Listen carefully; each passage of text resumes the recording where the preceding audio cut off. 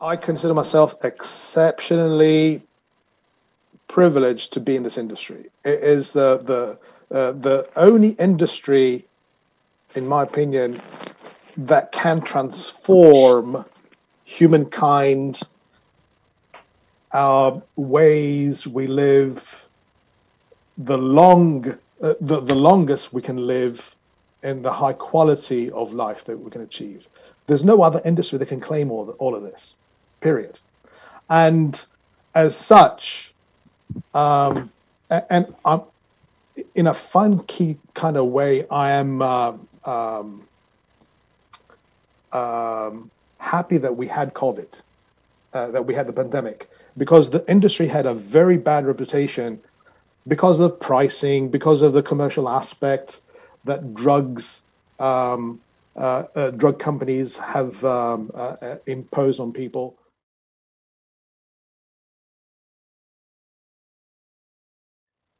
It is incredibly expensive, and the amount of money that we're spending on it out of our individual pockets isn't growing year after year, and it is unsustainable as well. And so one of the opportunities here is to get involved in biotech that is not focused on healthcare, and then proving the technology there, and then bringing it back into pharma. So there's ways to sort of like validate the regulatory path and sort of create precedent before tackling this highly sensitive sort of application where you're putting something in your bloodstream. And so, it's really early days. We are not even the transistor stage yet. We're messing around with capacitors and resistors. The opportunity is there. I hope people jump onto it as much as they can.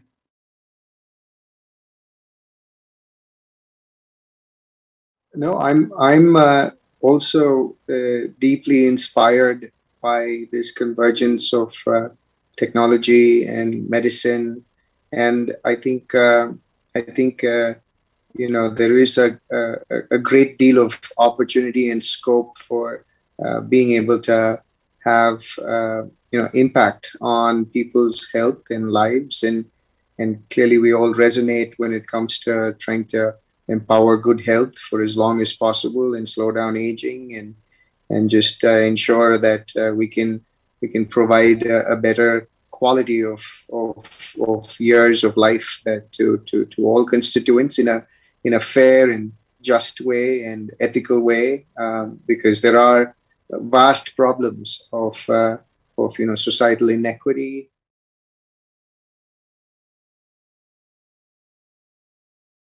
I feel I'm super optimistic this time, like on the future of biotech.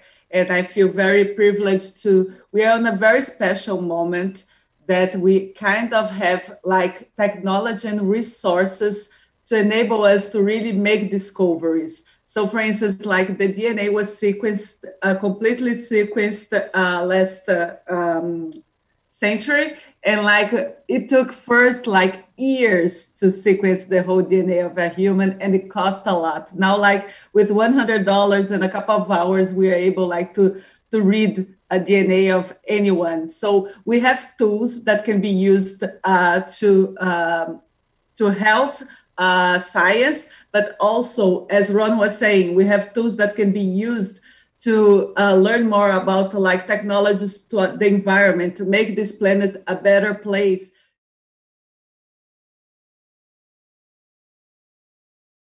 Yeah, I share Alexander's optimism. I think that this whole COVID episode has really shed light on the importance of biotechnology and what we're able to do. And hopefully, and obviously the politicians have definitely been shaken and over the last year or so as to what types of things can happen, but also that biotech has solutions to these problems. Unfortunately, AIDS is still a problem that, although it's now considered chronic and not fatal, but there's so many more diseases that we can tackle and cure